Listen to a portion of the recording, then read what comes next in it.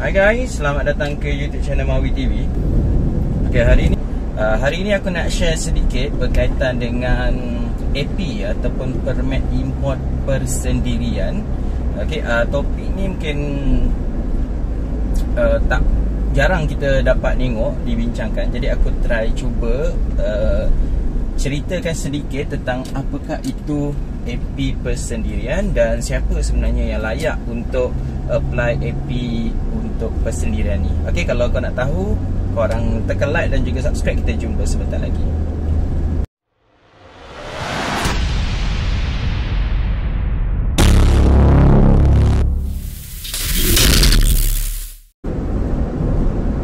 Okey guys, kita tahu kereta Recon ni adalah kereta yang dibawa masuk, okey, terpakai dan baru sebenarnya daripada negara luar yang diimport masuk ke dalam negara kita melalui AP ataupun permit import yang diluluskan oleh kerajaan, dan selalunya pemilik AP ni akan dapat banyak lah, okay, dan ianya lazimnya adalah sebuah company.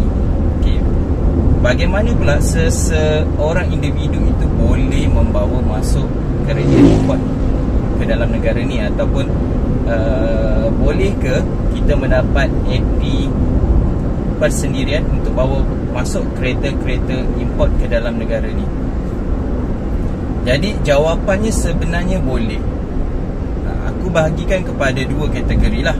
Pertama, kategori kereta baru dan terpakai yang di bawah 5 tahun. Yang keduanya adalah kereta terpakai yang berusia 35 tahun ke atas.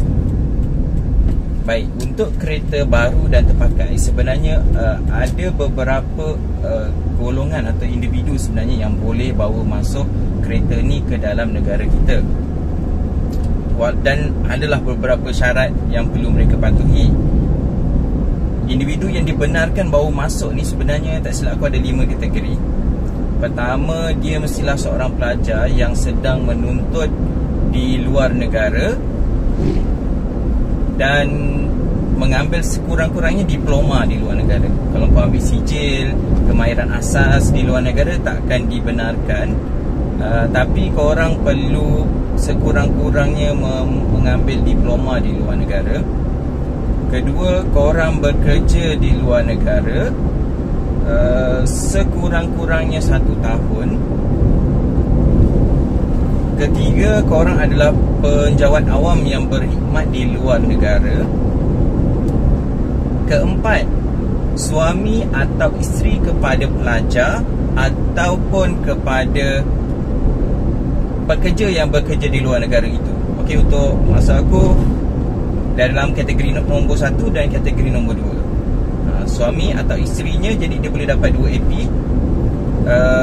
Manakala yang kelima adalah suami atau isteri atau seorang anak kaki tangan kerajaan yang sedang berkhidmat di luar negara. Ini bermaksud kalau korang ada pelajar, korang ada 2 kota. Kalau korang adalah pekerja di Jepun, contoh Jepun, pekerja di luar negara ada 2 kota. Tapi kalau korang adalah penjawat awam yang berkhidmat di luar negara, korang ada 3 kota. Okay, maksudnya kota individu tu. Kedua adalah suami atau isteri. Yang ketiga, seorang anak. Jadi korang boleh bawa 1 biji kereta untuk setiap orang yang disebutkan tadilah. Dan ianya adalah sekali seumur hidup. Okay? Maksudnya bukannya setiap, kalau contohlah kau kerja kat Dubai, kemudian kau pindah Jepun, kau pindah UK, bukan setiap negara tu korang dapat 1. Sebenarnya korang akan hanya dapat peluang ini sekali sahaja seumur hidup untuk seorang individu itu tadi.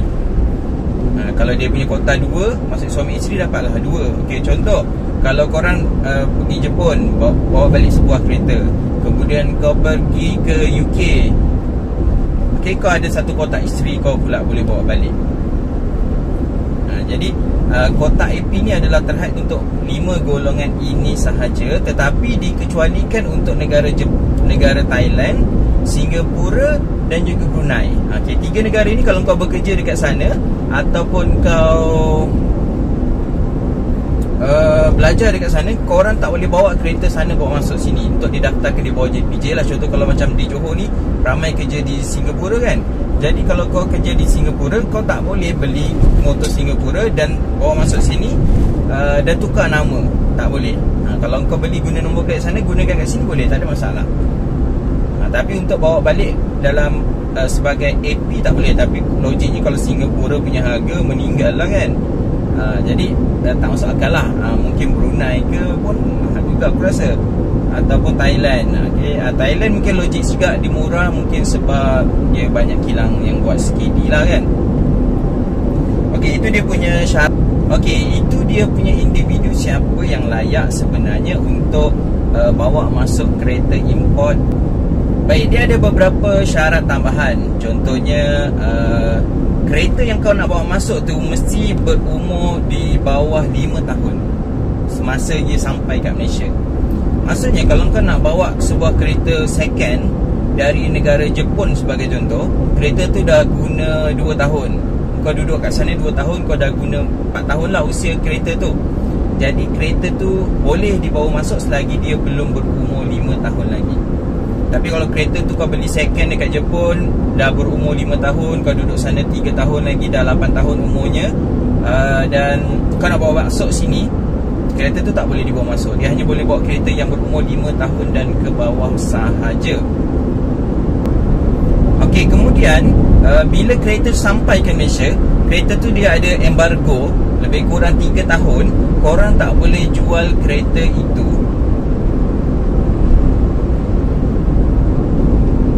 kepada pihak-pihak lain. Dia ada tempoh matang lah kereta tu. Kalau dah cukup 3 tahun, baru korang boleh jual kereta tu kepada pihak lain pula. Dia macam embargo lah, tempoh matang yang di mana korang tak boleh jual. Dia bagi 3 tahun. Dan tadi aku dah sebut, minima 1 tahun mestilah korang duduk di luar negara baru boleh bawa masuk. Dan kemudian kalau bagi pelajar, dia ada perlu kemukakan pengesahan yang korang dah tamat belajar. Maksudnya kalau kau belajar dekat UK, ambil kedokteran, kemudiannya 3 tahun tak lulus, tak tamat belajar ataupun fail, berpoya-poya, buang duit negara sebagai contoh, lepas tu kau balik, kau tak boleh bawa kereta itu masuk kerana korang tak ada pengesahan yang korang dah tamat belajar. Itu dia antara syarat-syaratnya lah. Seterusnya macam mana pula untuk kategori yang kereta lebih daripada 35 tahun. Ini dianggap sebuah AP yang dibenarkan oleh kerajaan untuk membawa masuk kereta klasik. Klasik ni 35 tahun ke atas, dan kereta jenis vintage. Vintage ni pula usianya mesti 50 tahun ke atas. Ini sesiapa sahaja yang berkemampuan untuk beli kereta-kereta ini dari luar negara, korang boleh bawa masuk 1 biji untuk setiap orang seumur hidup. Baik, dia hanya dibenarkan 1 biji sahaja untuk setiap orang untuk dibawa masuk. Jadi sebenarnya korang kalau teringin nak dapat AP ni sebenarnya boleh. Kalau kau bukan daripada pelajar, bukan daripada pekerja, bukan kaki tangan kerajaan berkhidmat di luar negara, ataupun suami, isteri dan anak mereka, sebenarnya kau masih boleh lagi bawa masuk kereta import menggunakan AP persendirian, iaitu dalam kategori vintage ataupun klasik. Tapi logiknya harganya pun meninggal jugalah. Sebabnya custom menetapkan bahawa kereta klasik atau vintage yang korang nak bawa ni perlulah pada spek kilang yang sebenar tau. Kau tak boleh bawa kereta yang dah barai ke, ataupun kereta yang rosak dari luar negara tu bawa masuk, tak boleh.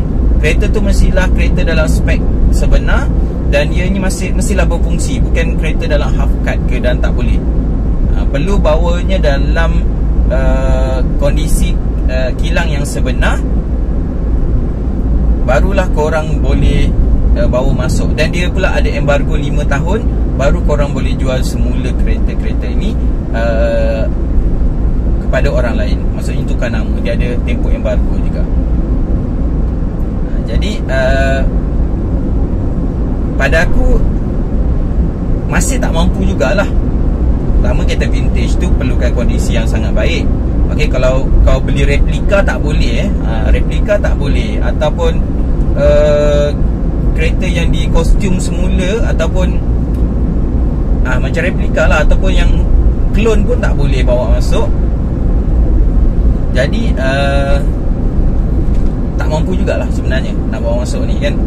Dan untuk kereta AP yang persendirian yang 5 orang tu, sebenarnya korang ada masalah juga.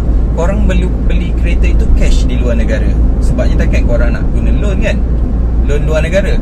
Okay, jadi kebiasaannya mereka akan beli cash di luar negara, barulah bawa masuk. Dan bawa masuk tu pun ada charge-charge lain lah. Bukannya semurah itu korang boleh bawa masuk. Charge-nya juga tinggi sebenarnya.